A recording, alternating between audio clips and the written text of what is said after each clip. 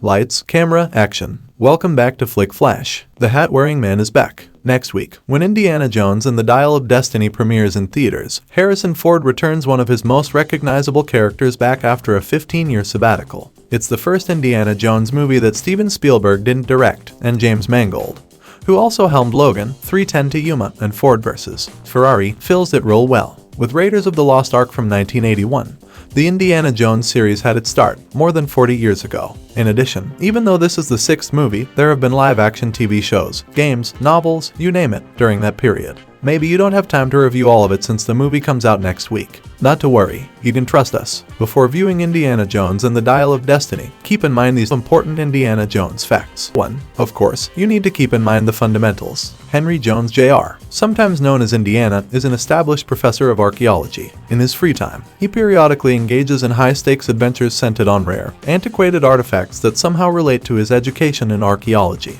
He is taught at schools all around the world. In the previous three films, the stories we've seen on screen take place between 1935 and 1938, and in the fourth film, they take place in 1957. The events in Dial of Destiny occur in 1969. 2. We discover in Kingdom of the Crystal Skull that Indy was a decorated World Military II military hero because the films omit the years 1938,195-7.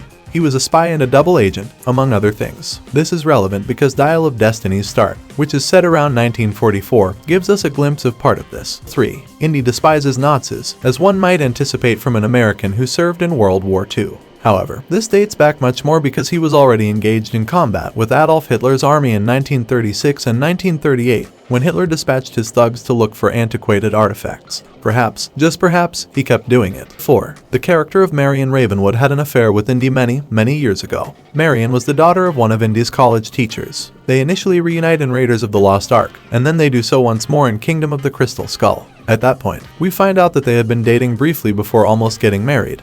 But Indy ultimately changed her mind. However, when searching for extraterrestrial creatures in the jungle, things appear to pick back up, and towards the conclusion of Crystal Skull, Indy and Marion are hitched. They also produced a kid together, whose true name is Henry Jones III but who likes to go by the first name Mutt and stepdad's surname name, Williams. Until he was a teenager and eventually met his father, Indy, he was primarily raised by his mother. 5. There is a lot we can say about Mutt Williams, but this is all you need to know regarding Indiana Jones and the Dial of Destiny. He is Indy's child. He and his father had a lot in common, which occasionally caused a rift. He was around 20 years old when his mother and father eventually got married, which was a considerable age in the late 1950s and early 1960s. 6. Let's discuss about Indy's background given that we know he was married and had a child after Crystal Skull. In particular, his connection to his parents. According to Last Crusade, Indy's mother abandoned the family when he was still quite young, leaving his father to be his only carer, a workaholic parent who didn't actually act like a father to his children.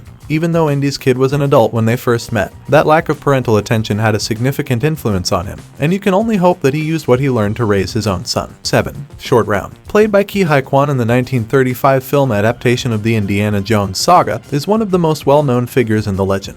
Because Short Round is so competent and resourceful, Indy and Shorty quickly became close friends after Indy caught him trying to steal his pocket. Unfortunately, Short Round does not make an appearance in Dial of Destiny, although Ethan Isidore's Teddy is introduced. Teddy is Phoebe Waller-Bridge's sidekick, and it's crucial to understand that in this universe, great explorers require a capable sidekick. Wait, one of the three characters that featured in more than one of the first three Indiana Jones films was Sala, who is portrayed by John Rhys Davies. One is Indy, the other is Marcus Brody from Denholm Elliott, who dies before Crystal Skull. Sala is a trustworthy and resourceful buddy of Indy's. He's a person who can get things done, which is probably due to the fact that he's the father of a sizable number of kids. Sala debuts in Dial of Destiny in New York City, where he and Indy have been friends for more than 30 years, even though the most of the time we see him in Egypt. 9. Harrison Ford clearly cannot perform the same feats he achieved when he was 35 or 40 years old at the age of over 80. This Indy isn't as quick to sprint and jump as he once was. However, it's important to keep in mind that Indy has been beaten up more times than anyone would want to acknowledge and is now much older than he was when the narrative began.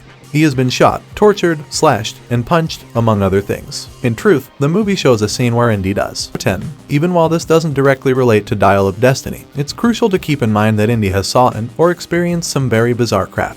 Ghosts leaving an ark and soaring, A guy without a beating heart. The realization that immortality exists. Oh, and evidence that several dimensions exist and that humans are capable of navigating them. All of this is to argue that, no matter how absurd, everything is possible in the universe of Indiana Jones. 11. Indy conjures up images of the intrepid traveler, the hero of action. We often overlook the fact that Indy works as a very esteemed and prosperous professor and archaeologist during the week. So in a way, he is familiar with everything. Although it's a bit of a trick, his intelligence makes it seem plausible that he is familiar with every myth, every language, and nearly anything else that may be relevant to a given situation. This is still a reality about the character that we've just recently learned to accept. Thank you once again for being a part of Flick Flash. Until next time, keep watching, keep exploring, and keep that movie and TV magic alive. Don't forget to subscribe, like, and stay tuned for more exciting recaps. This is Flick Flash, signing off.